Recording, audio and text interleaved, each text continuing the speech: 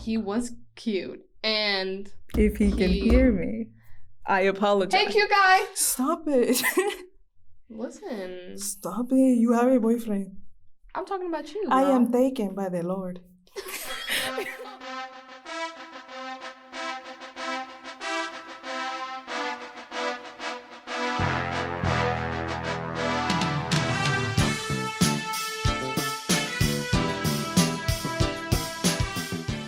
Welcome to the Double Distraction Podcast. Hi, guys. Welcome back, y'all. Welcome. We took a little break, but we are back. Yes. Better than ever. Back and better than ever. Needed a mental health break. You know, it be like that, people. It really do be like that. But hello, this is Shannon. This is Ceara. And we are, as we already mentioned, the Double Distraction Girls. I didn't say What? gals You didn't this say time. gals. I did not say gals this time. How dare you? I finally integrated it into my life and you take it away from me? It was, listen. Double Distraction It Gals. just happened. Coming Double at Distraction ya. Gals coming at you.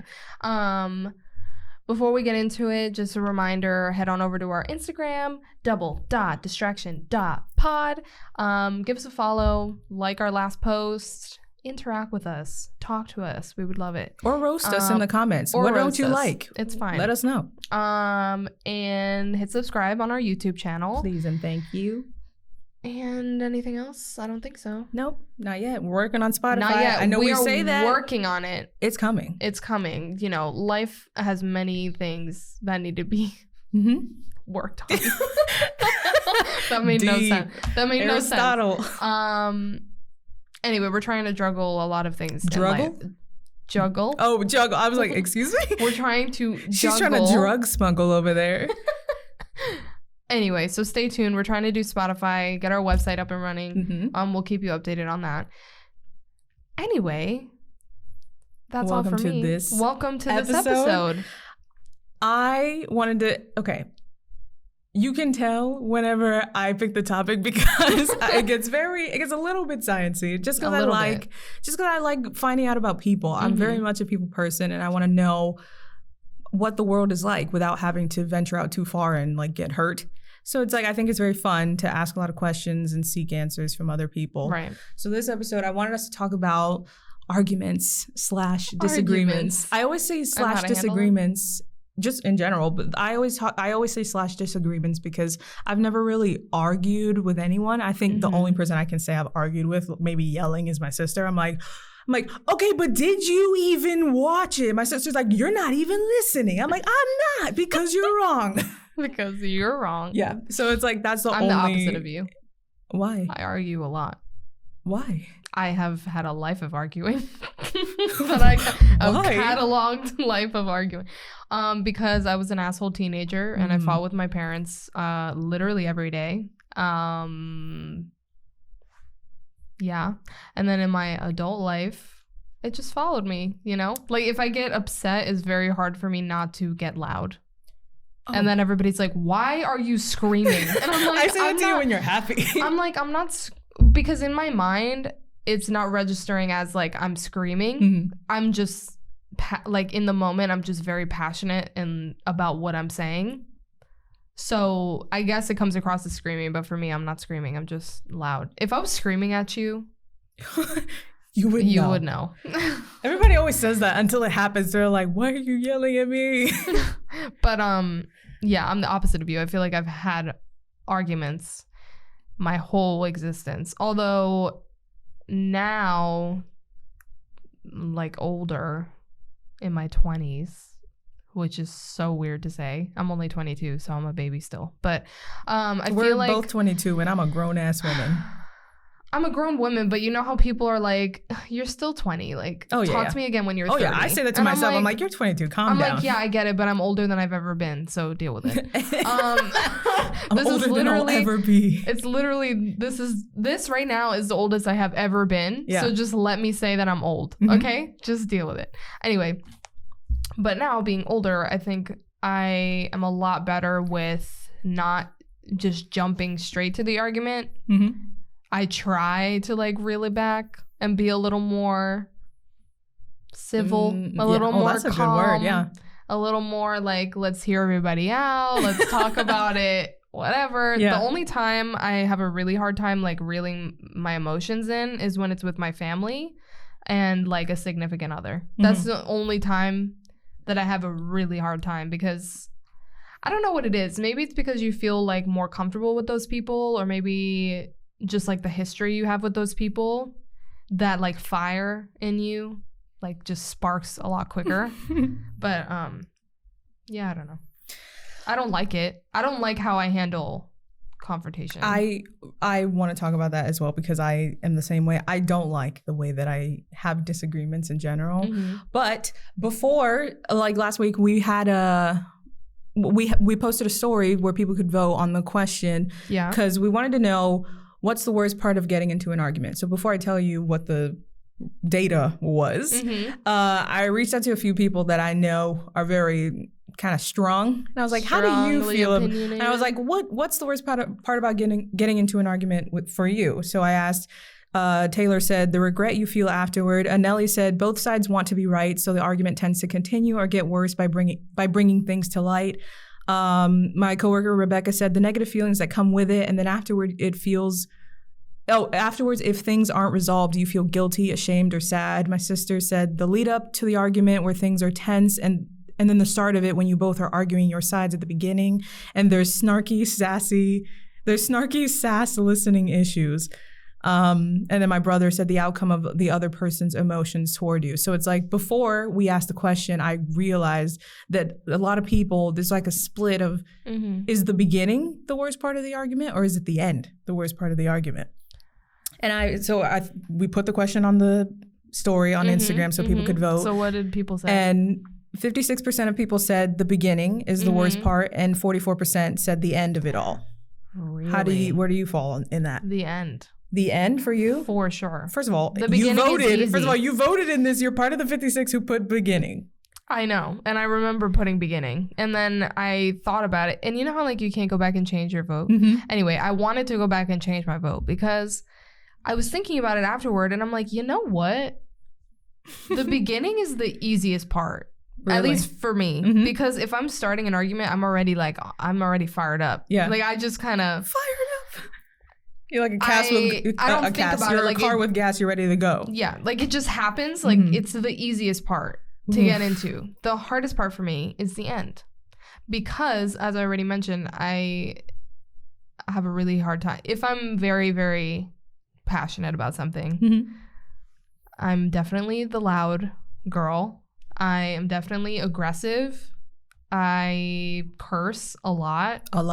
I say mean things. If I'm really angry, really angry, I say mean stuff, but I have to be at like a real, you know? I've never experienced that. I'm so excited. I hope I get there one day. I would never want to do that to anybody. I never want to do that to anyone. That's why the end is so hard, because I finish an argument. You know how people say like, oh, you see red and you just kind of like, you don't pay attention to anything? Yeah. That's me. Like I just see red and I'm just like saying whatever I feel. I'm just angry. I repeat myself a lot. I say the same stuff over and over again, but I'm just so angry that I'm like, I need to make sure this gets across to you. Yeah. And I don't let people talk a lot. Like I want them to talk, but then they don't for like 5 seconds, and then I'm like, oh, really? And then I go back in, you know? Oh, God. So I'm a really bad arguer. And at the end, I feel so like bad. I feel so guilty. I feel so just terrible for like reacting that way to somebody, because that's not constructive. That's not healthy. Like if anything, that's a toxic behavior. You know, depending on who you are, it could be like an abusive behavior. So it's like, I don't want to be that person. Yeah. And when I sit back and I'm like, oh, I was that person for a hot minute, I feel so bad. And the overwhelming feeling I get is that I'm crazy. Oof. That's what I always, at the end, I'm like, I am insane. Like who... Like, I am crazy. I am the crazy person in the relationship, you know? Yikes. So for me, there's just a lot of guilt and a lot of remorse that comes with the end of an argument. And I feel that I rarely win an argument. Yeah. I have a theory, actually. I was thinking about this because I was reading a few articles because I was trying to figure out, I'm definitely someone who, if it comes to having to put your pride aside, I'm someone who's very good at doing that. But when it comes to fighting for myself, when I'm actually right, that's when I am not smart enough and I don't have the tools to actually do it. So I was thinking, I was like, you know what it sounds like to me? Because there was this article that I found, they split it into the way that men and women argue. And it said that a Baltimore radio station asked men and women to call in and answer the question, what can't you stand about each other? And women said that that women dislike men's lack of cleanliness. And the number one reply from males was the argument techniques. Specifically, they claim that women say I'm fine when they are not and win fights by crying. And I was like, that's very pointed. And that's very, I wouldn't cry, but I was like, if I'm trying to win, yes, I'm pulling out the big guns for sure. But that led to my theory that I thought about. I'm like, I feel like people who hate the beginning of an argument are peacekeepers, and the people who hate the end of the fight or the people who hate the end of it are fighting to win. So it's like, if you are not winning, you're upset with the outcome of the end. And if you don't want to be in the fight to begin with, you are not fighting. You don't even want to be in it, so you're not trying. Okay, actually, I agree with what you just said. Really? Yeah. It's my theory. So a lot of times when I'm in an argument, I realize that maybe what I'm upset about is it was like me being unreasonable or me being unrealistic or like something like that I am not actually right, or the way that I think is making somebody else feel bad, or like, you know what I'm saying? At some point in the argument, I come to a realization of like, oh, I'm kind of fucking up. Yeah, like you were the problem. This is kind of I am the problem, not the other person, which initially I was upset at the other person because I thought they were the problem or they were doing something wrong to me. But it's actually me who's the problem. And then I go in this like whole self-deprecating like mental space. But I just get angrier. Like, I don't stop the argument. Like, I just get more mad. You know, like, I just get more upset. But at that point, it's a turning point of, like, I'm not even really upset at the other person anymore. But I just have so much anger in me, like, towards myself that, like, I cannot. You're just lashing out in general. Yeah, right. I'm just lashing out. So it's not even constructive. Yeah. Which, again, I'm bringing it back. It's super toxic. Like, that's not healthy at all to do to yourself, let alone to another person. Everyone's human, though. So that is probably why by the end of the argument, I just feel so terrible because I'm like, first of all, I was the problem to begin with, or I was a majority of the problem to begin with, even if the other person did have some fault, but I was the majority of the problem. I started this argument and I was a psycho, and then I got worse because I'm angry at myself, and then I just end it with like, I'm just sad. You know, like I'm crazy. A lot of the thoughts that go through my head is like, I'm crazy. I have so many problems. Like what's wrong with me? I'm a burden on other people. Yeah. Like other people feel they have to walk on eggshells around me because they're gonna make me upset. Like when I am really the cause of everything, you know? Because they see the Latina fire and they get scared. I guess. But I don't cry. But I don't agree. I don't cry to win arguments. I know girls who do. The only time that I'm a crybaby is with my family. Like if I'm arguing with my family, I cry 2 seconds in, and then they're probably like, "Are you kidding me right now? Are you kidding?" It's like, "Are you serious? Like you really don't need to be that emotional." Like I'm definitely the drama queen of my family. But with my friends and like relationships that I've been in, I do not cry. And Ceara knows this. It is so hard to make me cry. Like I have to be in the lowest of the low moment for me to cry. And if I'm angry or excuse me, if I'm angry or if I'm in an argument, there's only fire. There's only anger, you know? I've never seen you angry, so I don't know. There are no tears unless somebody's truly hurt me, which I've been in that space in a few of my relationships. But the only people who can make me cry in an argument are my family. I don't know. I think I approach I'm going to say disagreements for me just because I don't argue. But when it comes to, like you said, I'm going to just put this on you for a second, how you fight to win. As someone who doesn't like the beginning of the argument, I've literally never had an end of an argument that didn't end in a copacetic way. Never. If we're going to do this, we're going to finish all of it, have all the emotions, and we're going to come out happy on the other side. I refuse to let it, or to not let that be the case.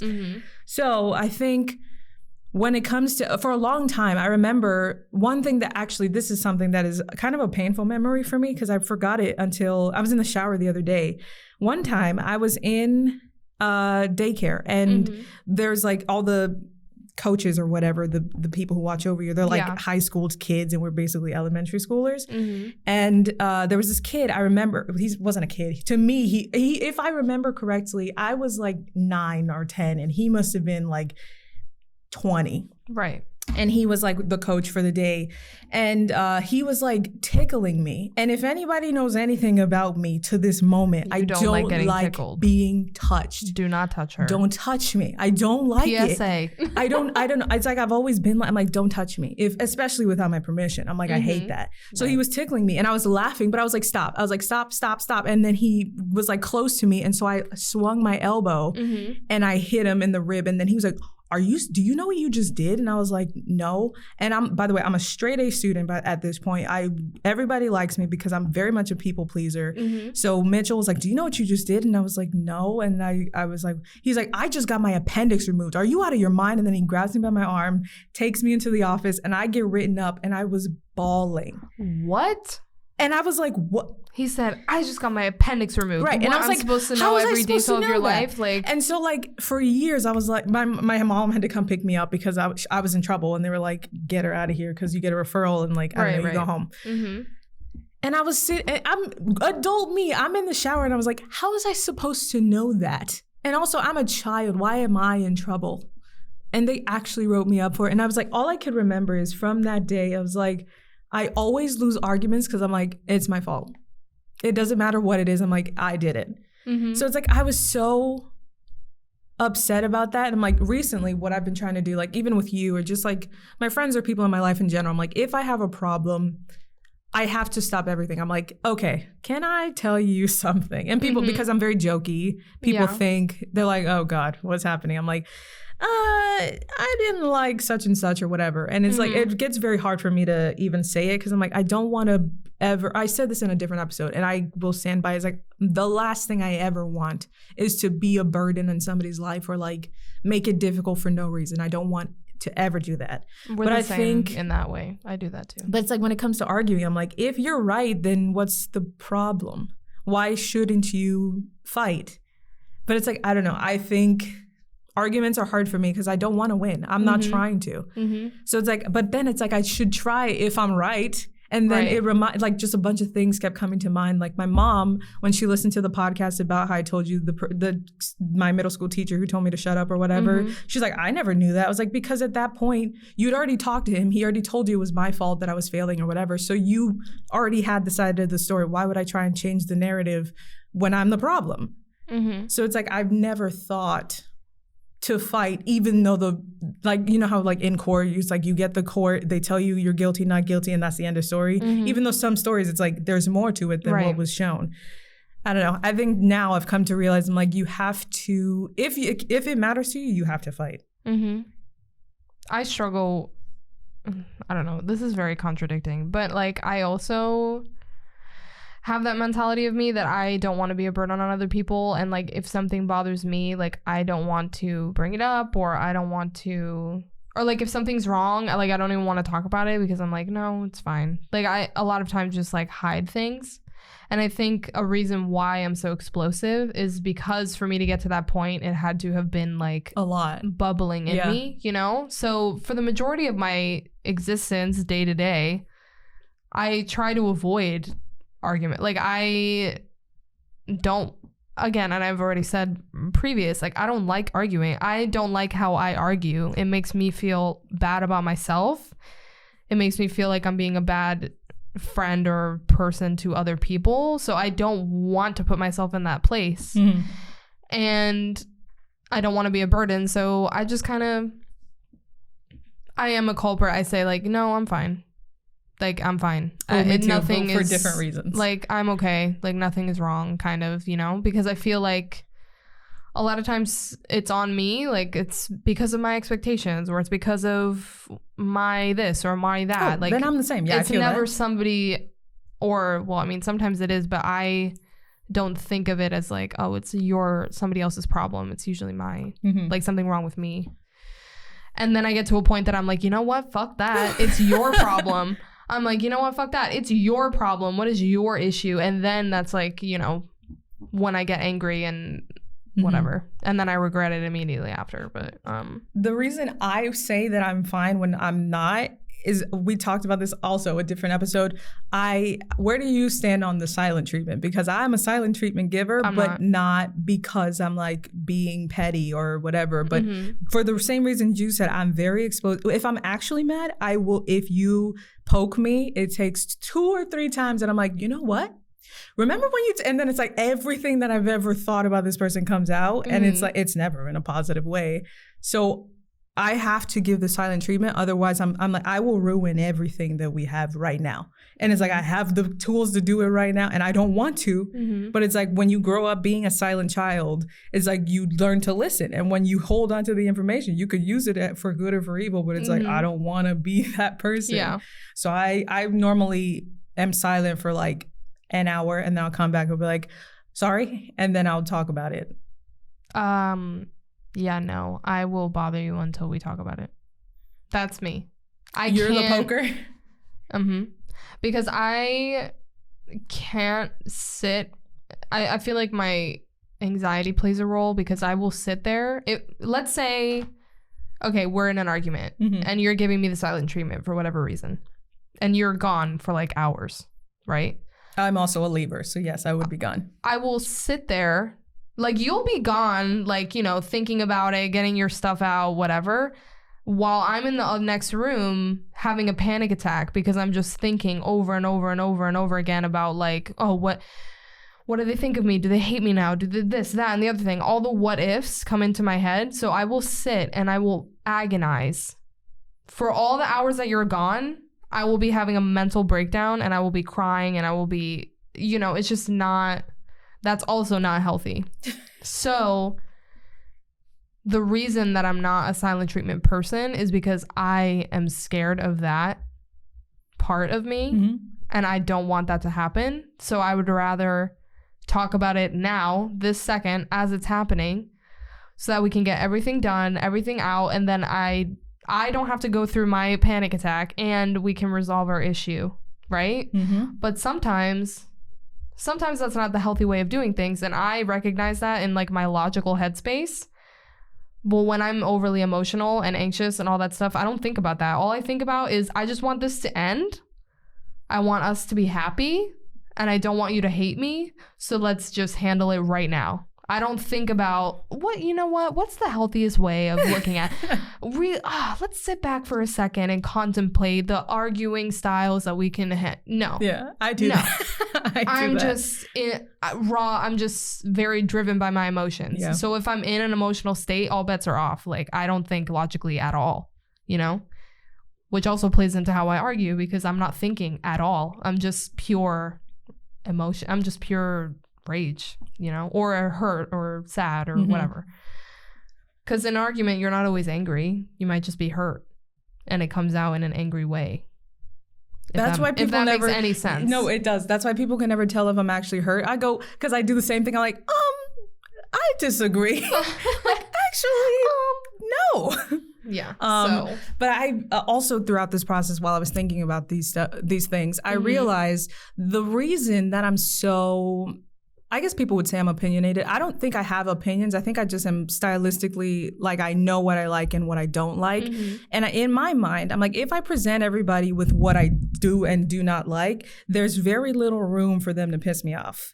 I feel like if somebody told me, you know, I need an hour, I would still be... Actually, no, it probably wouldn't help. It might help a little bit, but I would still...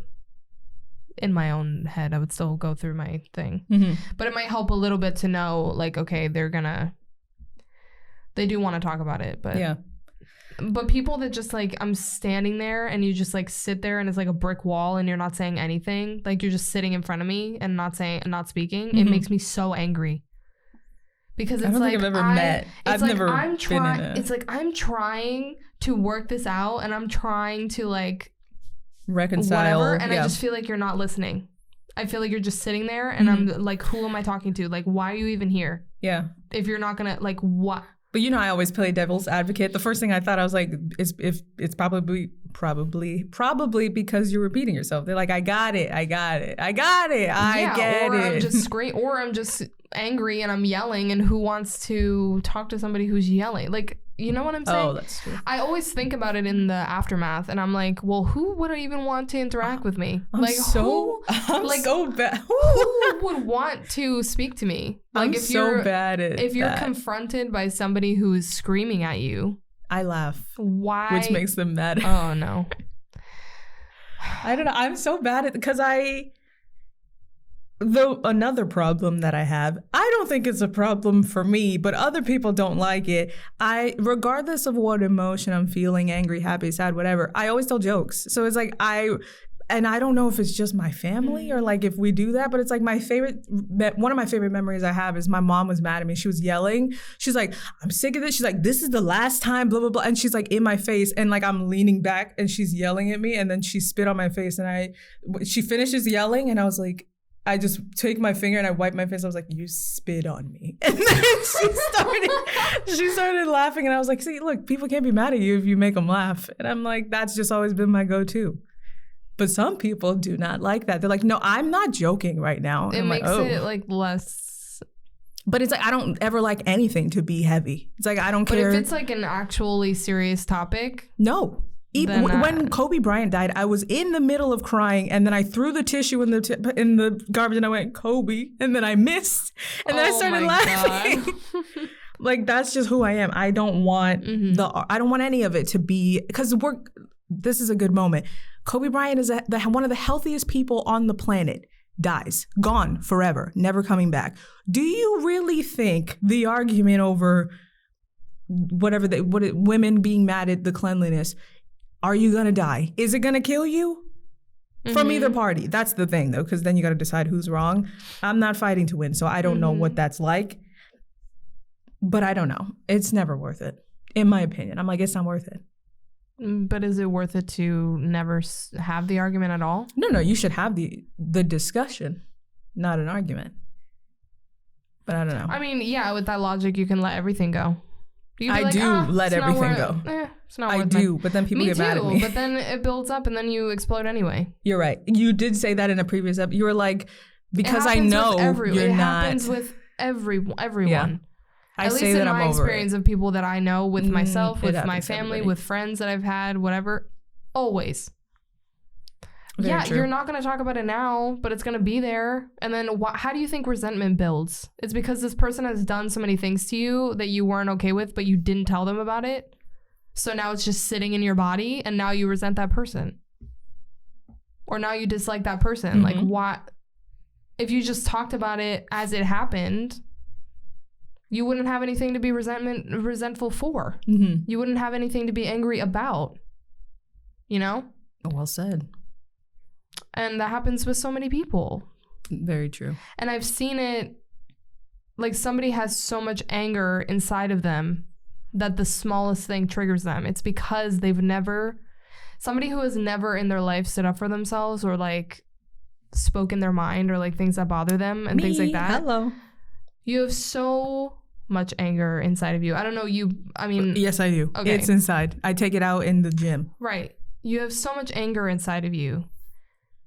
Those people, the smallest thing triggers them. And at least there's somebody that I'm thinking of in particular, but I'm not going to, put them on blast. But your reaction is then not proportional to the thing. Like if it was a really small thing, like something minuscule that doesn't really matter in the big picture, but because you have so much anger inside of you, you react like the world is something just huge just happened, and the people on the other side, they're like, whoa, Like, that was uncalled for. Like, that did not match what happened. And then they think you're being dramatic or something like that. And then it just like builds on more because they're like, oh, well, nobody cares anyway. That's a very good point. Because they're like, oh, great. And now I'm being dramatic. And then it just adds to your anger, you know? That's a very, very good point.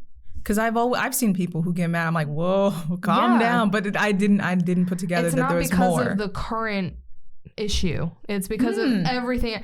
If you hold it inside of you, you are bringing all of that anger with you to every argument with every person. It doesn't even have to be the person you're actually mad at. It will be anyone because you're just looking for any outlet to let it out, you know? Anywhere I can do it. You know, and you let it out at the gym, which is good, but at the same time, there's never any closure. Yeah. Because I just let it pass. It's still there. You'll go to the gym again. You'll feel better for a day. But, I mean, tomorrow it'll still be there because you're never actually dealing with it. Accurate. That's why going to therapy is good. You can go there and talk about it more in depth, you know, or just confront the person that actually angered you. Oof, but that's really hard. That's really hard for a lot of people, especially if a lot of stuff has been building up for years and years and years. Or depending who that person is. If it's like your parents. You know, a lot of people have a hard time confronting their parents about things that have upset them. Oh, I'm the opposite. My family. I mean, it depends on what relationship you have with your parents, obviously. Or how your parents react to things. Like, what kind of arguers are they? Like, if you know that you're going to go to your parents and they're just going to, like, scream, it's like, okay, I'd rather not. My mom used to do this thing. I forgot. Like, if I wanted to, I think that she's wrong. And it doesn't matter whether or not she's wrong. Because here's what I do. I'm like, Mother, do you remember? And then it's because I left, I thought about it, and then I come back. I'm like, do you remember when you said this? And she's like calm. She's like, yes. And I'm like, well, actually, I was looking it up, and this is not right. And she goes, okay. And I'm like, all right. Well, she's like, I was wrong. And I was like, well, that's not what I came here for. I wanted to fight. And that's why I think I'm not a healthy arguer, but I don't get to the point where like I have veins popping out of my face because my family, everything they do is opposite. If you didn't clean something, they'll yell at you. But if it's like a serious matter where they should be yelling, they never yell. I'm like, that's such a backwards ideology from what I see. Right. But it served me to see an adult behave like that and not lash out at me just because I was young. So she would do that to any person, old, young, whatever. But I was like, I always appreciated that she'd be like, all right, I was wrong. Cool. She's like, is that all you needed? I'm like, yeah. And it was never satisfying because I wanted it to be like a blowout, and it never was, which I think is really cool. But anyhow, are we about to get into an argument right now, Shannon? No. Do you want to argue right now? I don't want to argue. Are you trying to argue right now? Are you trying to fight?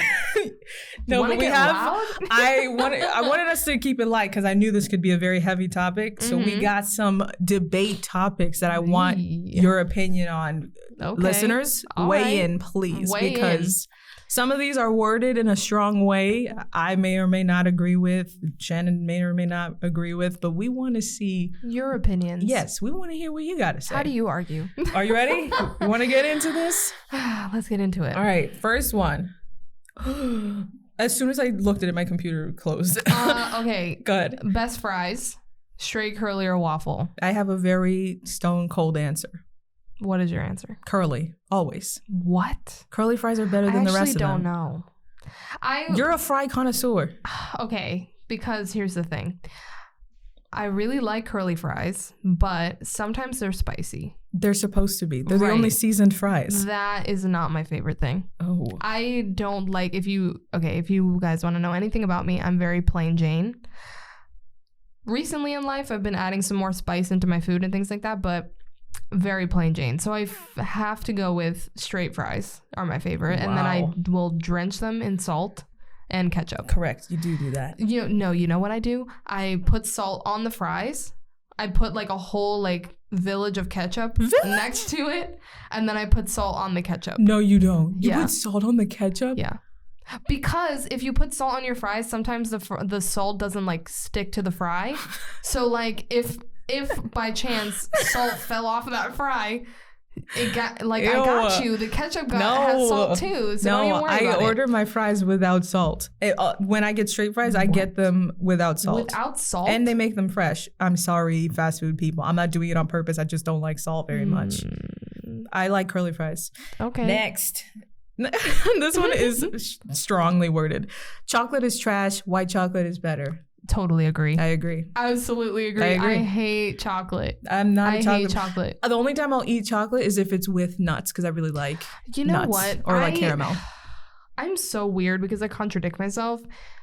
Sometimes I eat chocolate. I don't eat plain chocolate. I don't like that. Sometimes I have to be in a very, very, very special mood. Mm-hmm. I will sometimes eat like a Reese's peanut butter cup. Ugh. Or I'll eat like one of those lava cakes at like a restaurant. Are you out of your mind? That's which is the most chocolatey thing you could eat in existence. And sometimes I'll eat it. No. But I dislike chocolate. I don't like brownies. I think chocolate ice cream is disgusting. Chocolate cake is the worst thing that could ever happen to people. No, sometimes I'll have brownies too. I'm so weird. I like brownies if they're thin, like thin. I don't like huge brownies. If I'm gonna do it and take the leap to eat a brownie, it better be like fudgy. Moist. Ew. Like moist. Sorry, that's I like the word, but you said it moist. Like thick, like a thick, moist brownie. Yeah. You know, and okay. I'll reword my statement. I hate with a passion, and I know hate's a strong word, okay? But I hate dark chocolate. Don't even bring me I'm coming near back dark around. Chocolate. I hate dark chocolate. Keep that shit away from me. Milk chocolate, I also dislike, but sometimes I can be persuaded to eat it. Like I mentioned, like sometimes I'll have a Reese's cup. Sometimes I'll have a little bit of a lava cake. Whatever. White chocolate is my absolute favorite. Mm-hmm. I will eat it all day, every day, whenever you want me to. It's also salty, so that makes a lot of sense why you like it. That is my stance on chocolate. Before we move on, I also hate chocolate. And I just realized when I was doing keto brought dark chocolate into my life, and I was like, ugh, if this is all I can have. It's so bad. I came around on dark chocolate. It is so bad. I'm all for it now. I hate chocolate so much. You know, ice cream, and Ceara has seen me do this, but when I'm eating ice cream, for example, my favorite flavor of Ben & Jerry's is chocolate chip cookie dough. It's one of my favorites too. I will eat the ice cream, but I will not eat the chocolate chips inside, and I will literally spit them out. I used to do that. I will put them in the little, I use the lid of the ice cream as like a little tray, and I'll put all the chocolate chips in there, and I refuse to eat it. So I'll do that with ice cream. It got too much, so I was like, I'll just eat it. That's how I came to like a lot of the foods, like tomatoes. I'll do that for the rest of my life, and my kids are going to be so messed up. But anyway, all right, next one. Shoes should never be worn in the house. I disagree. I'm a shoes in the house person. Should never be worn in the house. Some people think it attracts dirt and it's disgusting. My parents get so mad at me because I walk around the house barefoot, and they're always like, at least put flip-flops on or put socks on, whatever. I always have socks on. I'm barefoot 24/7. In my apartment, in my house, I don't care where I am. If I'm in a home setting, I have no shoes on. Nope. Or I have fuzzy socks, because fuzzy socks keep your feet warm and they're super comfortable, and then nobody can yell at you for not having shoes on. So, love fuzzy socks. But I am not angry if somebody's like walking around in shoes in the house. You know, it's not something that I really care about, but you will never catch me with shoes on in my house. I love house slippers. I always have house slippers on in my home. If I am trying to like clean my house, I'll put my sneakers on. That way I feel like I need to be mobile, and it keeps me from like laying down in my bed because I won't put my shoes on my bed. Right. So I love wearing shoes in the house. All for it. I thought you were going to have something like stronger. About shoes? Yeah. I mean, I don't know. No, that's okay. Next one. You want to read this one? Yeah. Which is worse to experience from someone else? Bad breath or bad BO? I'm a smell person, and if smells are bad, it changes my mood immediately. I get very angry if there's a bad smell, or happy if it's a good smell. It doesn't matter. Bad breath or bad BO? I'm gonna go with bad breath because it's also hot, and I don't like the temperature. At least the BO, it's like you smell it, you acknowledge it. The BO goes throughout the entire room. Right. but it's not hot. The breath the breath is contained within your mouth unless you open your mouth. No, but like I'm saying, if the person is talking to you and you have to like sit, like your boss is talking to you, you're just like, wow. Would you be more upset if it was bad breath or BO? For me, for sure the breath. But I'm a talker, so I'm probably gonna do most of the talking. So the chances of me having to deal with your bad breath is maybe like 5 seconds. I think the person, if they're like talking to me, BO. I just feel the heat on my face. Oh my God. I'm choosing bad BO, by the way. Oh my God. It makes me want to puke, obviously, because it's bad. But the fact that it literally wafts and stays in the entire room for the entire duration of the time that you're around this person, where, like I mentioned already, bad breath is secluded into your mouth until you speak. Right? Which could be, if they're a quiet person, they might not even talk that much. They could only just talk for like a second. But their BO will be in the room the entire time. I had a class, okay? I had a class with a girl, bless her soul, but she had the worst BO. The worst BO, literally ever. I don't know why. I don't know. Listen, I didn't know her that well, so I don't know her hygiene or any of that shit. But... oh my God. And it was a class. It was like a 3-hour class. Oh gosh. So I would have to sit in a room smelling her BO for 3 hours. So let me tell you, would I rather deal with the BO or the bad breath? Give me bad breath, because that girl didn't talk once in the whole 3 hours. But I had to smell her all day. Oof. So definitely BO is worse. I think the bad breath is worse. Because the BO, you know what it smells like. Like everybody, if you smell funky, it's the same smell pretty much. No, it's not. Everybody has their little distinct smell. You're right. Gym BO is a very different level. Guys, I don't know what it is inside their DNA. If they are yelling. It's all that testosterone. It smells, it's worse than hot vomit. So I don't know what it is. I feel like guys have worse BO in general than girls. Well... actually, no, because I thought it was really bad. I don't know. Moving on. I don't know, man. Next one. Soggy or crunchy cereal?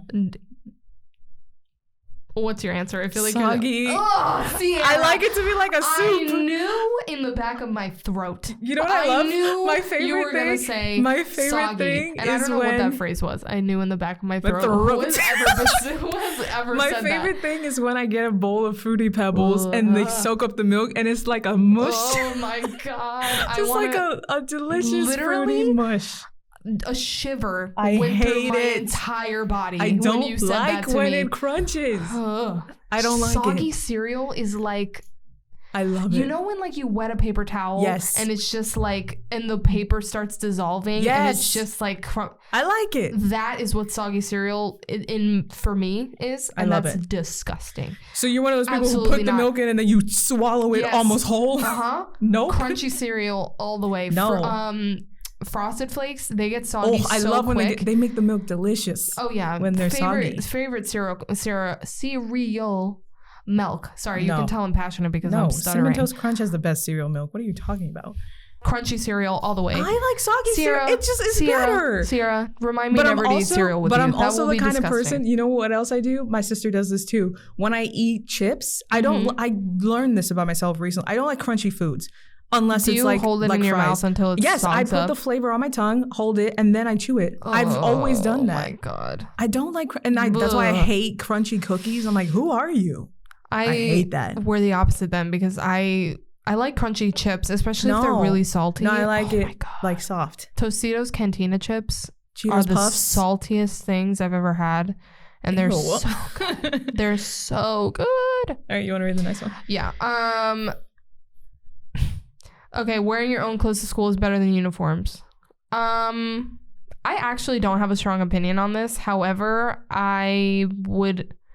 all through high school, I felt it would be so much easier if we had uniforms, because you don't have to like think of what you're wearing. You don't have to like, it's just wear the shit and go to school, and that's it. Like, why do you need to be a fashion model to go to school? Correct. But if you don't have a dress code or you don't have a uniform, then there's like this whole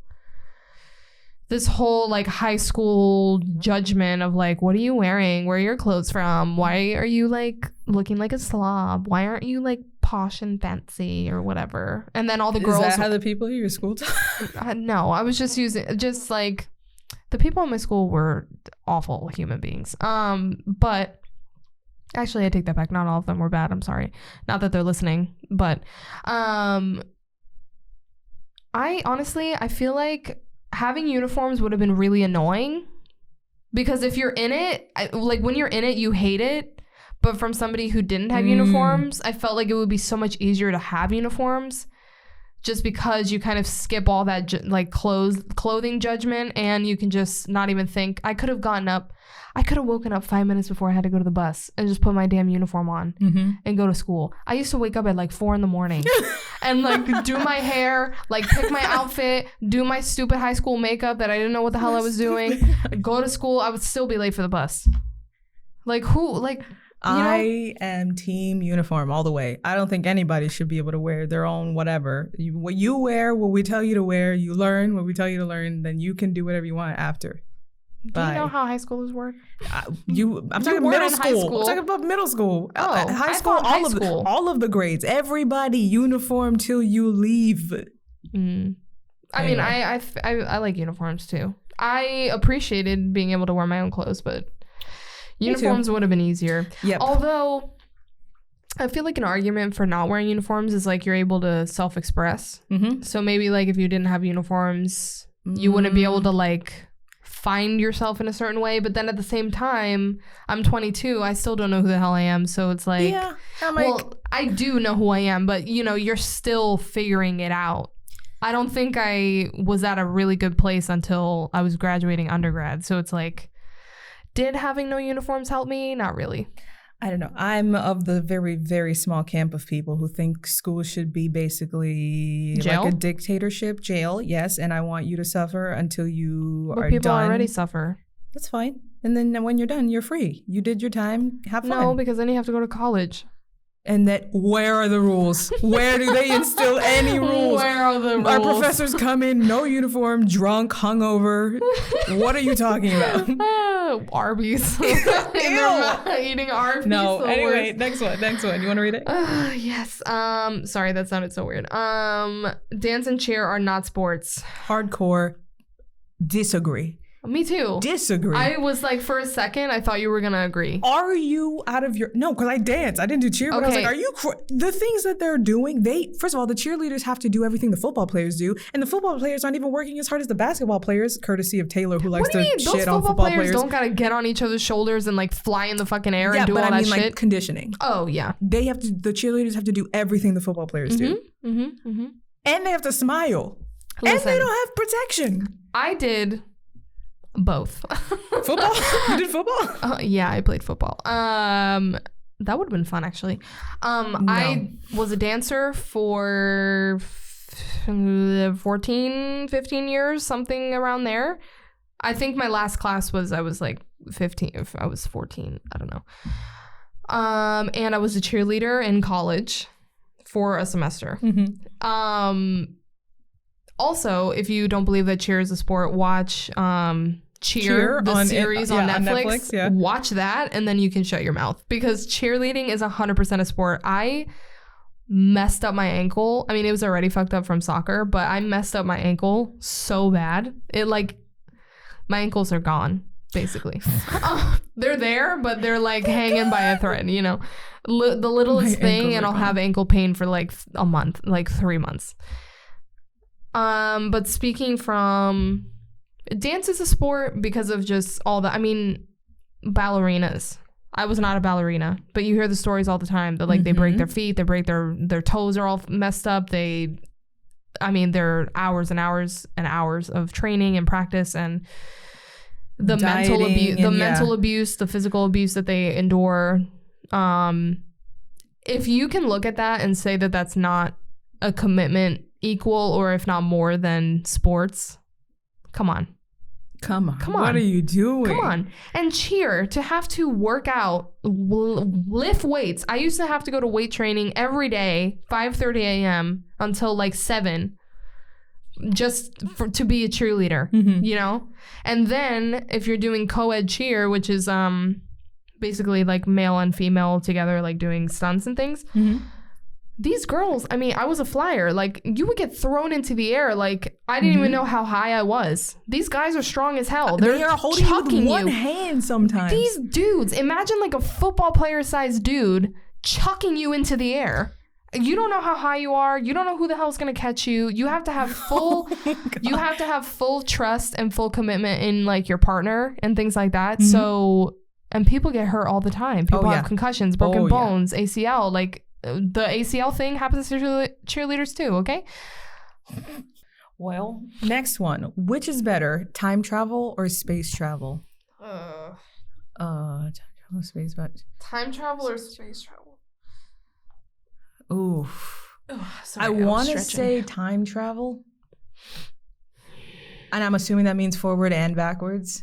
But if you know what somebody actually mentioned a while ago to me? They're like, if time traveling was real, the people who are in the future would have already come back. So I was like, oh, that's rude. I got excited for nothing. So I'm going to say space travel. Because what if there's nothing out there? But how would we know if people came back? Like, what if they're purposely keeping it a secret? Exactly, but still. Because they're like, if we let people know, it'll mess with the time-space continuing. Yeah. You know, every time travel movie ever. Yeah, because you shouldn't do it. Don't do it. But I get it. You want to see what happens. But then what's the point of time travel? It's just like, for me, I would just want to be an observer. You get to know when you die, and then you get to go to the back, and you wouldn't be able to change anything anyway. I would never look at that. I don't want to know how. What do you think people are doing? They're just time traveling for what? I just want to see what the city's up to. But you can't go back and like kill Hitler. You would change the entire course of the planet. No, but I wouldn't do that. I would do it for research purposes and just be like, that's cool. You. But everybody else is gonna go. They're gonna go in the future, see when they die. Then they're gonna come back to the present. They're gonna be depressed. They're gonna be like, what is life anyway? I'm gonna die. Whatever. I feel like nothing good. I mean. I can't say nothing good can come from time travel. I just don't see a point to it other than the novelty of like, oh my God, we can space travel. Oh my God, we can time travel. Yeah. You know, but it's not, you can't do anything with that. You can't go back to the past and you can't change anything because then you mess up the whole course of history. You can't go to the future and, well, you can go to the future, but if you go, you're just going to be like, either sad or you're either going to be sad or crazy. Like, I don't know.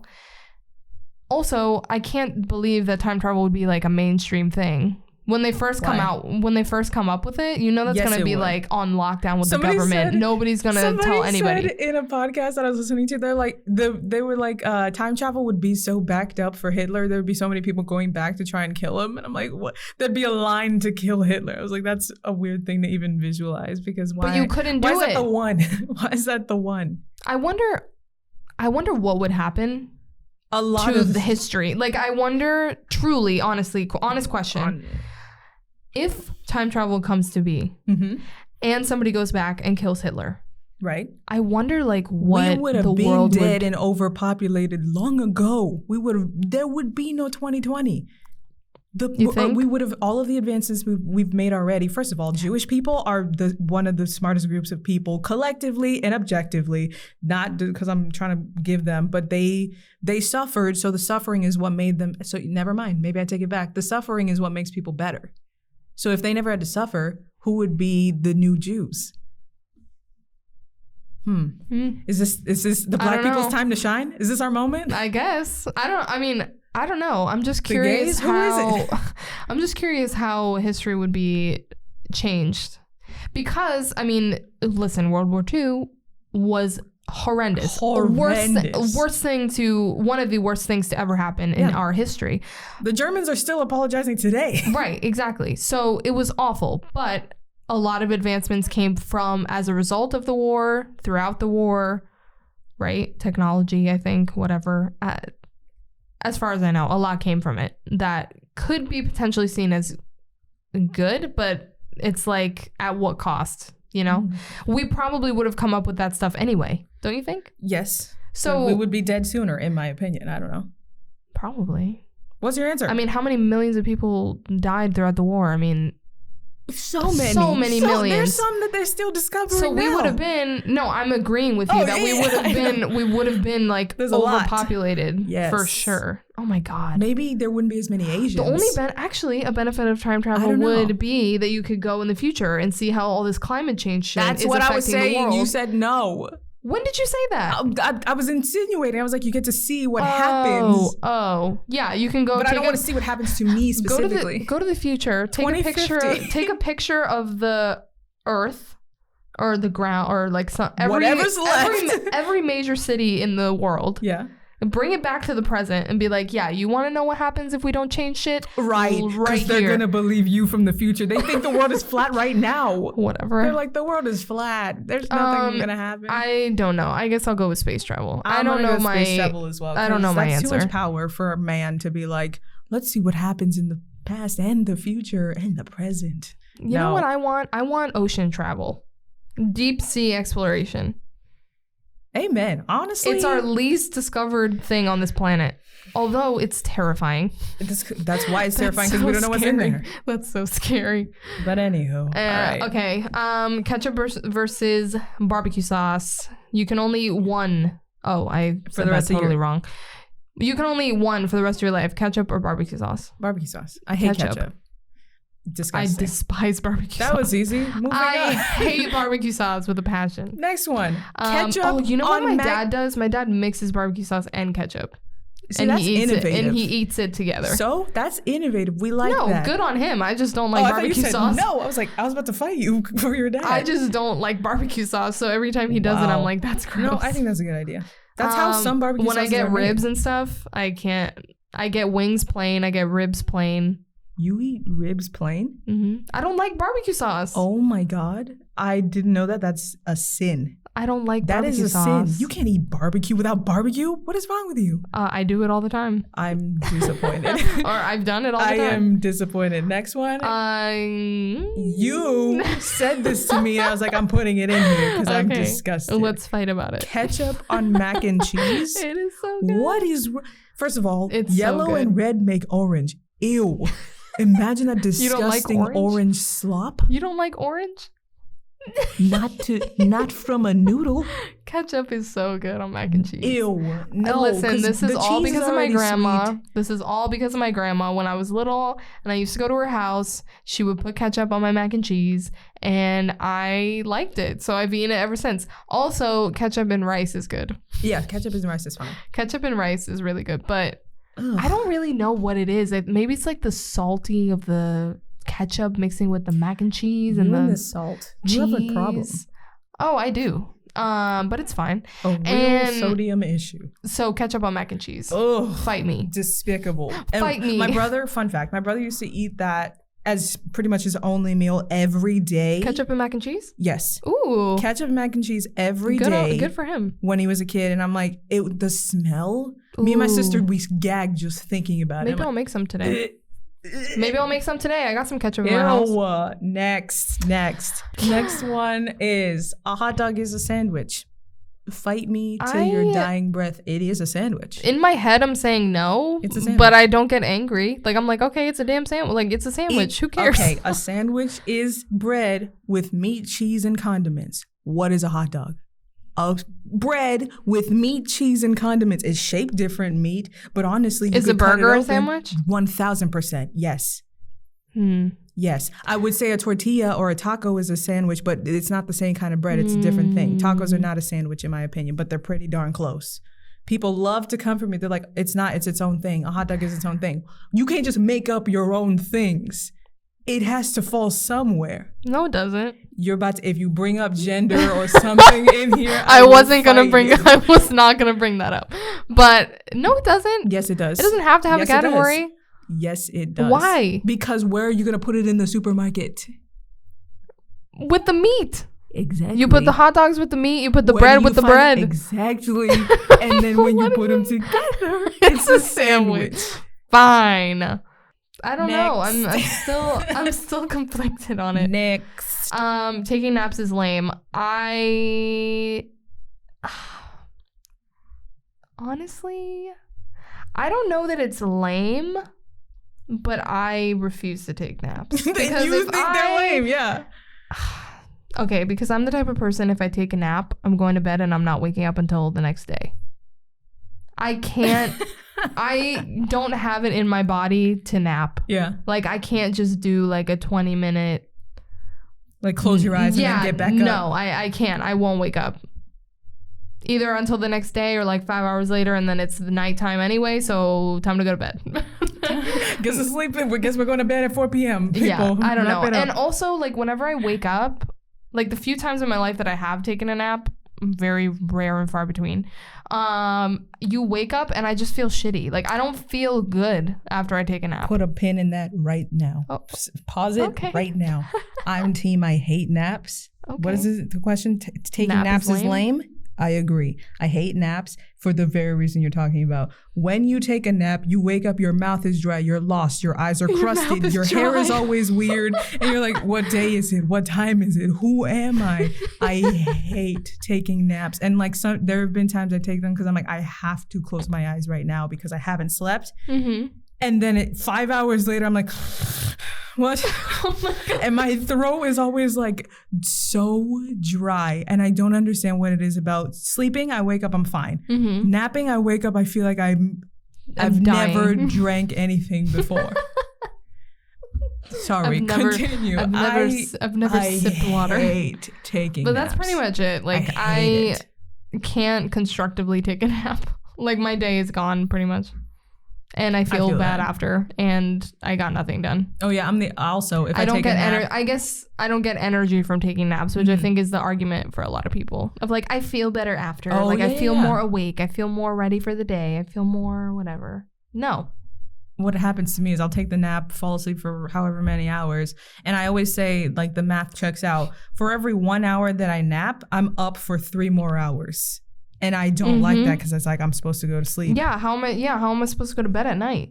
All the tired is out. Mm-hmm. I've gotten rid of all the tired in my body. Exactly. That's why I have to build up tired, and then I go to bed at 6 a.m. and then look where we are. look where we are. Look where we've landed. No, I'm not a nap person. Mm-mm. Next question. It's better to be an only child than to have siblings. We both have siblings. Imagine would you rather not have siblings? I would rather be the only one. I'd rather be alone and all the attention is mine and everything is mine, okay? No, I disagree. I think only children, first of all, they're crazy? Either super weird or super like hardworking. Yeah, it goes hardworking, narcissistic, like assholes. Mm-hmm. Either way, they're gonna be assholes. I've never met an only child and be like, oh, you're so kind and reflective on life. No, they're selfish, rude people. Mm-hmm. Sorry, only children out there. You know, I didn't used to think that. I have good insight. What? Do you know that girl? I'm not going to say any names. Do you remember that girl from our class who you didn't like because you guys both have resting B-word face? Mm-hmm. She had issues with one of our friends, remember? Do you remember her? Oh, which class was it? I can't say because it'll get too specific. It'll get too specific. Hold on, I'm going to bring up a photo. Junior year, senior year? Probably like sophomore year. Sophomore year? Yes. Oh. I found out recently. Oh, I know who you're talking. I think I know who you're talking about. Yes. She's an only child. Oh my God, It makes so much sense why nobody likes her. She also has a 5 head, but it's fine. God damn. She is an only child. You guys don't know who we're talking about, but she is so insufferable. Like, she's so one of those people that you sit you sit next to her and like listen to her talk and you're just like, oh, like, how are you a human? Like, how is crazy. This what made you this way?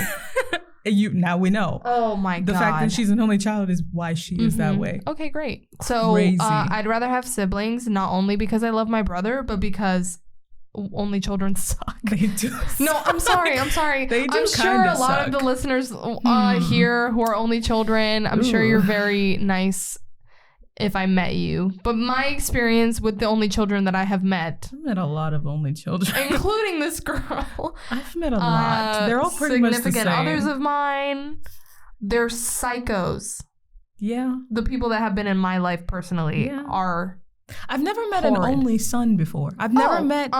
Okay. They're great. I've never met any boy who's like doesn't have any siblings. They are selfish, narcissistic, usually aggressive if they don't get their way. It's like that's all only children. They're crazy. Right. So that, but with testosterone. Yikes! I don't want any part of that. So it's great. My well, actually, he wasn't an only child. Well, he was an only child for most of his life. Oh, and then that's different though. And then he became a brother, like an old when brother. He was already like an adult. Yeah. So does that count as an only child? No. But he was an only child his whole life. Yeah, I'm sorry. It does count. Okay, yeah. So he was a psycho. And oh my God. Hold on. I'm sorry. I'm coming to a realization in my brain. Oh, holy crap, holy. All of the crazy people from your life are only children? All of the crazy exes that you've had. Yeah. Both of my relationships, which were abusive in nature, they were both only children. Yeah, because who's going to call them out? They're also the ones who, like, Mom, get out of my freaking face. Those are the only children that, and people make the joke of like, it's white people. No, it's only children, white people. Sorry, guys. I literally just came to this. That's been my whole, if I could study only one thing, only children would be one of my favorite things to talk about because they're so intrinsically different than everyone else. Wow. You can see them from a mile away. You're like, why don't I like you? I've come to realize it's because of that. Anyway, next one. I'm in shock. It's very fun. I'm in shock. But also, I wanted to make a point about having siblings. Oh, okay. Go ahead. About having siblings. I love my brother. I am very happy that he's in my life. And I think that something really good about having siblings is like you will always have somebody with you. Like, not to be too morbid, but like, you know, our parents eventually will no longer be with us. That's truly why they have more than one child. When they're gone, like when our parents are, you know, when our parents are gone, like you still have your siblings, you know, like you have somebody to go through that pain with. You also have somebody to go through the rest of your life with, you know. Yeah. Somebody who knows you, like legitimately like somebody knows you. who has lived with you in the same home most of the time. Like, so I think that's an invaluable asset. That sounded so businessy, but like it's something invaluable in your life. Like anybody who knows me knows I love my siblings so much, and I'm so glad because now we're all past. Like my brother's 13 now, so we're all past the teen or like in the teens. Yeah, my brother is turning. 18? Wait. Do you not know how old your brother is? I do know how old he is. Just his most recent birthday, he turned 19. Oh, okay. I thought he was 18. So he's 19 now. So we're both like in our adults, 20s pretty much. Yeah, I love my banter with my siblings. When I was younger, I got away with a lot because I would say slick, because I've been slick since I was a child. So I would say slick things to my siblings and they were young and they were like, that's rude. Now they give it back and I love it. There's nothing I love more than my brother. I was on the phone with my brother and I was like, I said something because I do this thing. If nobody's listening, I'll say like fake facts all the time. And I know that it's not true, and I just want to see if the person's listening. And later on, I'll bring it up. I'm like, by the way, that wasn't true. Don't tell people that. I said something to my brother. He goes, nope, happened in 1932. Nice try. And I was like, God. I was like, I was kidding. Happened in 1932. Yeah, but he knew because he was reading about the thing we were talking about. It killed me. I was like, my God. That's my favorite thing about my siblings. I love when people call me out on shit and they do not hold back. Love it. Anyway. That's funny. Next one. Which is worse? Receiving credit for a bad idea or not receiving credit for a good idea or a great idea? Which is worse? Oh. See, I have an ego when it comes to my work, especially because I work so hard to come up with stuff. Because it's like, I'm one of those people where I'm an A student, but it's like I have to put in the work to be an A student. Right, it doesn't come naturally. Yeah, 100%. Okay. But also, my eye is itchy. I don't want to be given credit for something that people don't like. I don't know. I feel that I feel that not receiving credit for a good idea is worse. Because everybody has bad days, you know? Oh, yeah, because you can come back from a bad idea. You can be like, I have more. Or let's say you're in a leadership position and you need, like, you kind of have to go down with the ship, you know? Like, receiving credit for a bad idea is sometimes just, like, part of your responsibilities. But I think you can always come back from a bad idea. But if you never receive credit for any of your good ideas, that would make me crazy. People will think you'd sound like the crazy person, like, you know, I invented the Mac. He stole it from me. And then you just sound crazy. But it really that could be very well true. Yeah. But I think that the perception of you, not that we need to care what people think, but you know, like, you will never be able to reach your true potential because nobody recognizes the good things that you do. So I feel like that's worse, especially if you're someone who's like been struggling to get to that point and then you never receive credit. Oof, that's always hard like that's to see. Awful. Like, that would be terrible. But if you have, I mean, everybody has a bad idea. I've had plenty.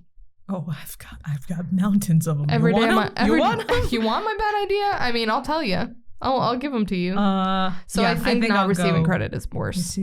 Not receive credit for a great idea. Yeah, that'd be worse. I'd be so devastated. Imagine working for like Disney and you come up with the next like best-selling movie and no one like even you came up with Moana. To you.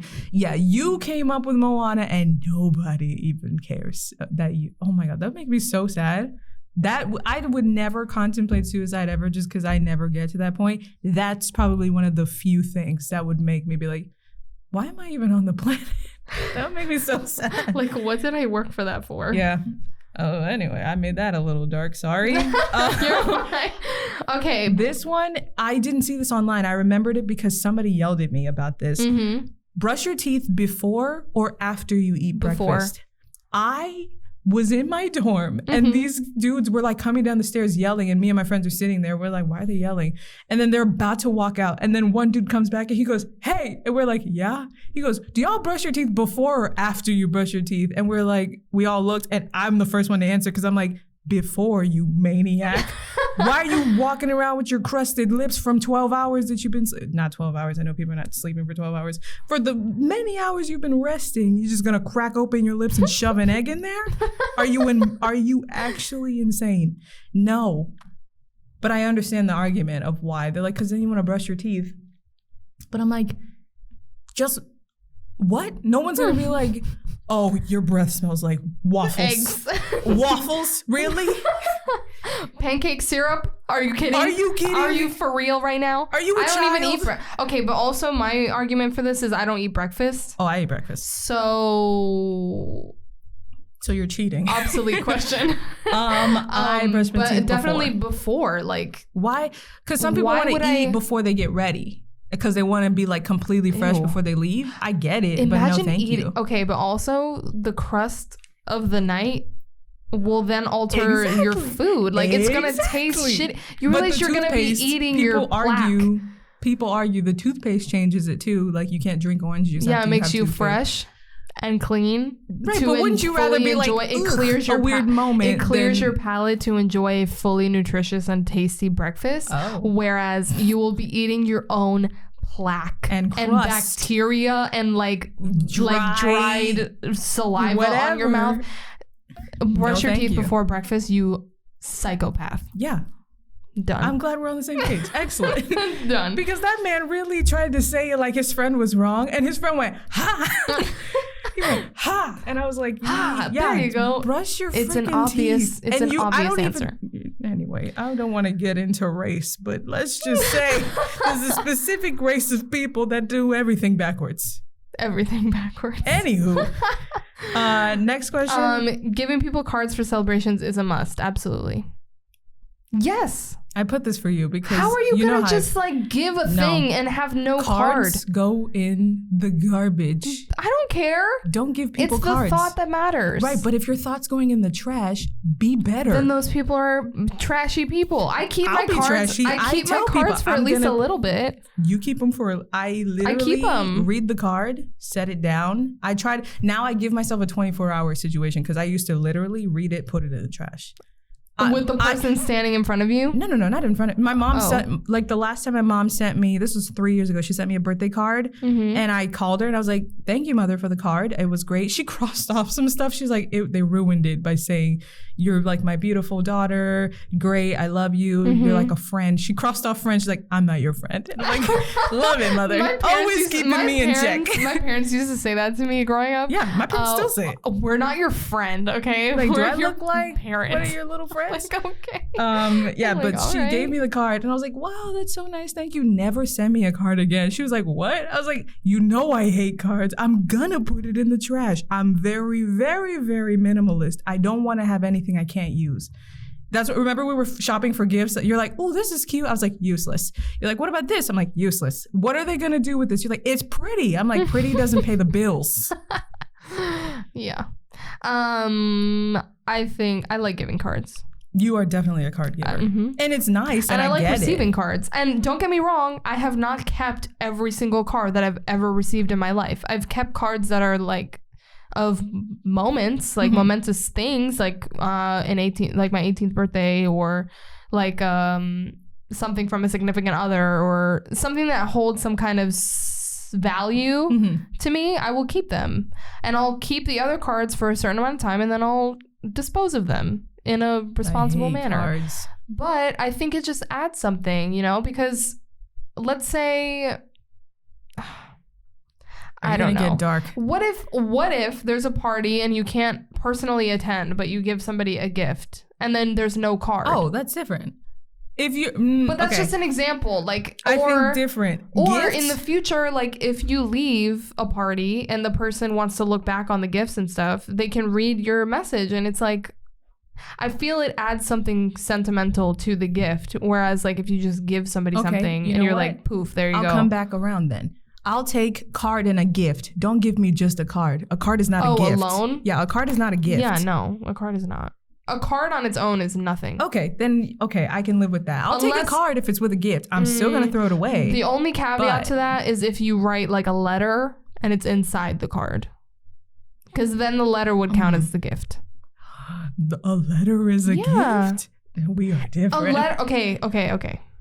Obviously, it's not comparable to like if you bought me a necklace or something. Yeah. I'm not, but sentimental value of a letter is high, especially if it's a well-written, like thought out, like if it's something really thought out and like it's like special and you've written like your emotions in the letter.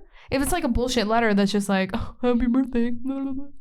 There you go. Wow, I can't believe you made it. Can't believe it's 4 years since we met. Wow. No, like if it's something more sentimental than that, I think a letter can count as a gift. Would I only want a letter? Probably not, because I have high expectations. But I think if a letter is involved, a card on its own is okay. But if there's nothing attached to the card, it doesn't count as a gift, in my opinion. I am someone who doesn't like getting gifts. So if somebody, when people give me cards as gifts, I'm so tempted to be like, what is this useless piece of trash you've given me? Why? I don't like it. What if they wrote something nice? That's great. Just say it with your face. Just say it to me. I don't need you to write it down. You went to the store and, that's what makes me even more mad. I'm like, you paid for that when you could have made it. Oh. Also, I'm not saying I would prefer a handmade card. I would actually cherish it more. Because I'm not a monster. I'm a little bit, it makes me less of a monster. Yeah. But I don't know. I don't like giving cards. And when I give gifts, if I normally do like a little like hole punched like note. It's like to, from, and then I write like a little thing. That's it.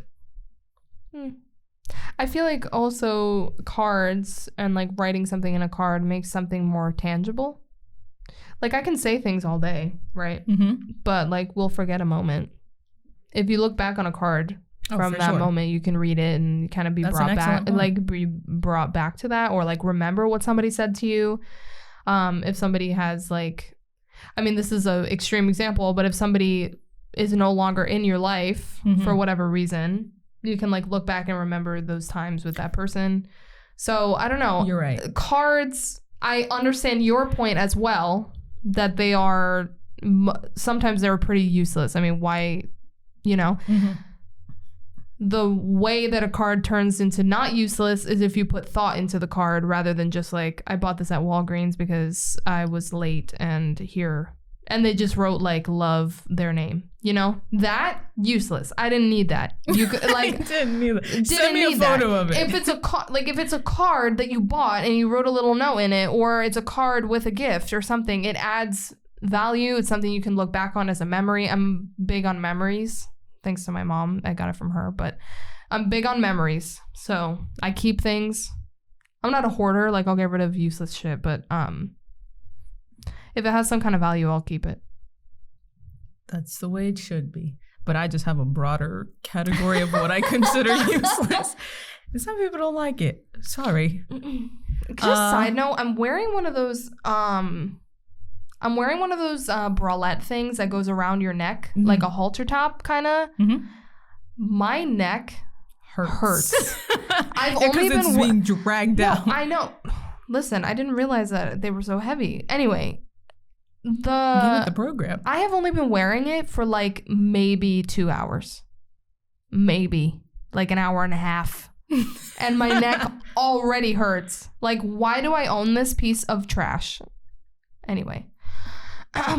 Yes. So, last one. What's more important, beauty or brains? I can never come to a decide the sure answer, because I thought for a second about it because I didn't want to think about it too much before we got here. If I'm talking about myself, I would say beauty over brains, because it gets you so much farther, especially in our in our time right now. And as women, I'm like, it's just easier. Do we suck? But you don't want to look at society. I said we're part of society. Yes, but I'm saying in the broader screen, I don't know. Blah, blah. I would say for myself, beauty. Because you can always work on the brains later. But if you're beautiful, you don't have to. So that's a problem. But if I'm talking about for my significant other, I would say brains, because I don't really care about your face. I think that with a person, I think that the beauty, if we're talking about romanticness, I think the beauty is like an afterthought, because, and I mean, it's the first thing that makes you attracted. Yes, but try and follow my train of thought.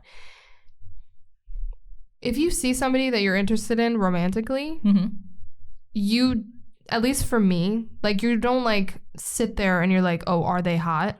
If you're attracted to somebody, you are already attracted to them. You're not like contemplating like, oh, are they an attractive person? Because you already know they're attractive to me. So the beauty, I feel, takes a backseat to brains, because I already knew you were attractive when I walked up to you. I wouldn't be talking to you if you weren't attractive. And the brains, at least for me, like, I wouldn't be hitting on you, or I wouldn't be asking for your number, or I wouldn't be even giving you the time of day. I wouldn't even be speaking to you in a romantic sense if I didn't think you were attractive. So that's why I feel the brains is more important, because attractiveness can only get you so far in a relationship.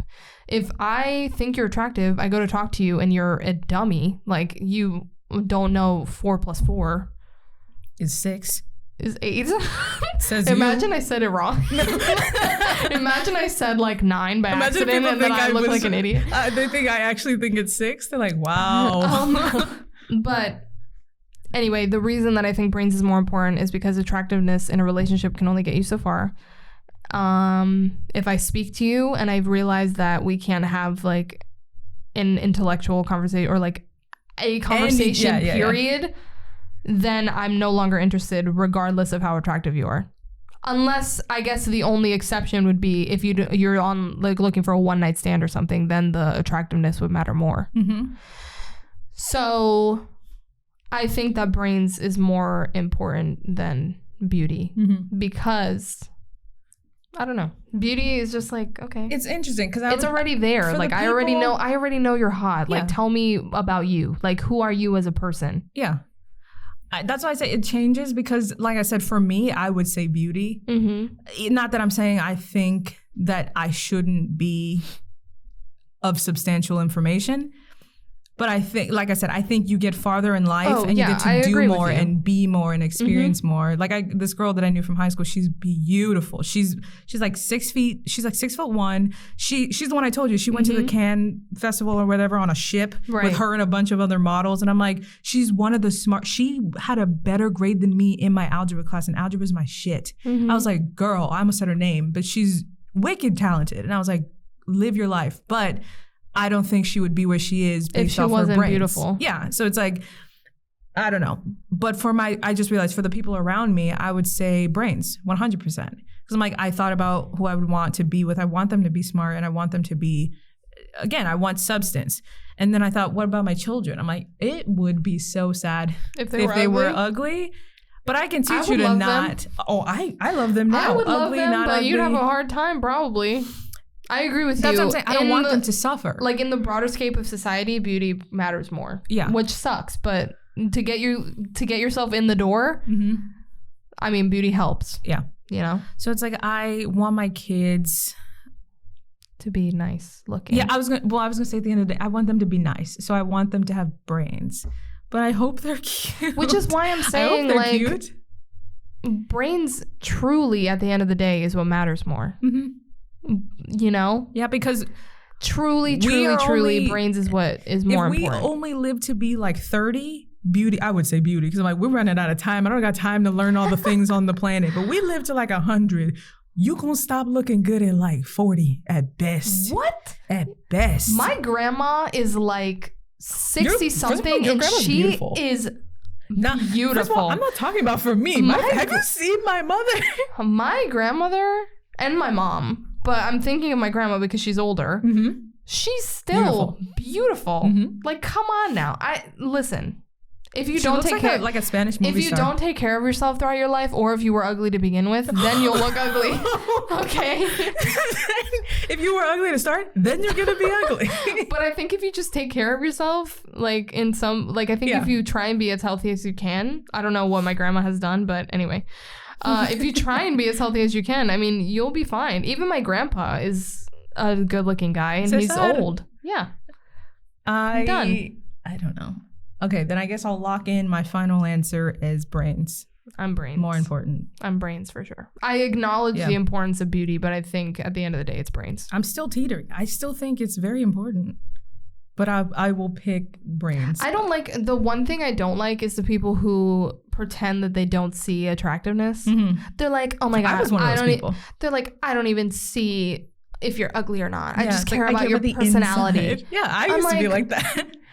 Yeah, okay, but seriously? Yes. You're gonna go talk to like 3 foot, like some dude with like a toe on his head if he was like, you know what I'm saying? Old toe head, I love him. Just because their personality is good, like, yeah, no matter what you do, biologically, you are attracted to certain people because of their looks. Like, you cannot control your biology. You know, I'm sorry. It's a nice sentiment. It's very beautiful, but it's not real. I also, listen, I would love to not see attractiveness, but you don't control that. You just do whatever your biology tells you to do. Yeah, like, I was gonna say, that's why, hold on. Yes. That's why there is a person for everyone. You know how sometimes you walk down the street and you're like, oh my God, that couple, you know, very judgmental people. They'll be like, oh my God, that couple, like both of them are ugly as well. It's because there is somebody judging couples. I am around very judgmental people. I don't go outside. First of all, I don't go outside to see. I've been around very judgmental people. Okay, and I'm not innocent, but there's somebody for everyone because your like you were just attracted to who you're attracted to. It's not something controlled. You know. Yes, I was gonna say. They say, I don't know the research on this, that most people, this is shallow for whatever reason. If you're like a 5, statistically and scientifically, you can only get with people who are 1 below you and 1 above you. Never more than that. Really? I'm like, that's really weird. But who decides the scale? I mean, who tells me I'm a 5? You know what you are. I don't know what I am. If you know what, I've never asked somebody who I am. You know what you think a 10 is. You know what you think a 10 is, and you know where you fall with that judgment. And that's exactly. Who's a 10? To me, who's a 10? Mm-hmm. My mom is a 10. I'm not even shitting. I think my mom's a full ass 12 on a scale of 1 to 10. Celebrity who's an example of a 10. Celebrity who's a 10. I would say Gabrielle Union looks is a 10, but based on the way that she behaves, she's a 9. Which one is that? Bring It On, Black Girl. Your description. Bring It On, Black Girl. Seriously? Yeah. You could have just said Bring It On. You know who's a 2 in that movie? Kirsten Dunst. Oh She's she's barely a 1. Ugh, I don't like her. Who's a 10? I have weird 10s. Brad Pitt's a 10 to you? Yeah. With a beard, he at best is a 7. To the world, he's a 10. To the world, he's a 6. David Beckham? Michael B. Jordan? David Beckham. Michael B. Jordan? Michael B. Jordan, based on his personality, is a 7. I'm talking about look. We're talking about looks. Oh, just looks? Yes. You're right. We were talking about looks. Okay, You're adding the brains into it. Okay, then my mom's not a 12 based on everything else. Oh my god. On looks, we are both. Me and my mom, we're both probably like a 6, 7.5. She would say that I'm like an 8 because of my complexion. I'm like a 6. I think I would put myself like 6, 7.5. Maybe a 5. Every day, I would say 6. When I put myself together... When I put myself together... I was 8. When I put myself together, watch out. When you put yourself together, I would put you at like a 9. 9.5. Yes. What? Yes. Every day, I'm like a 6. Every day? No, every day you act like a 4 and you look like a 6. What? You're like a 4? You're like, I look hideous. Who am I? I'm a monster. I'm like, you look like a regular girl who's living her life. You're like, who am I? I look disgusting. I'm like, calm down. Oh my god. I'm a 6 in every day. Right? I'm a 6 too. Would you agree with that? I'm a 6. Can we make that the episode title? I'm going to say I'm a 7. I would also say I'm a 7. Just so the title can be the same. Yes. I'm a 7. Episode title, We're 7s. We are 7s. People are going to, in the future, people are going to be like, when I put myself together, I'm an 8. Yeah. I think you're higher than an 8 when you put yourself together. I should do that every day. No. Who has the time? I won't. No. But anyway, I had a lot of fun. Me too. That was fun. I knew the list would make it lighthearted because I knew I was coming in with some heavy fire in the beginning. That was a good time, though. I think I like talking about this kind of stuff. Mm-hmm. Like human things, if that makes sense. Me too. That's my favorite thing to talk about. Well, I had fun. Guys, let us know where you stand. If you say you like ketchup on mac and cheese, no, let's have a disagreement in the comments. Yes, disagree with me. I'm ready. We'll look forward to it. And before I forget, head on over to Instagram. Yes. Look up our account, double.distraction.pod, and give us a follow. We're gonna put all our updates and things like that on there for new episodes and stuff. DM us if you have any suggestions on what you'd like us to talk about in future episodes, or if you want to fight with us on anything we've said. If you want to have a disagreement, I'm ready. Also hit the subscribe button on YouTube so that you will not miss any of our episodes. And we'll see you next time. All right, thank you. Bye. Peace. Oh God.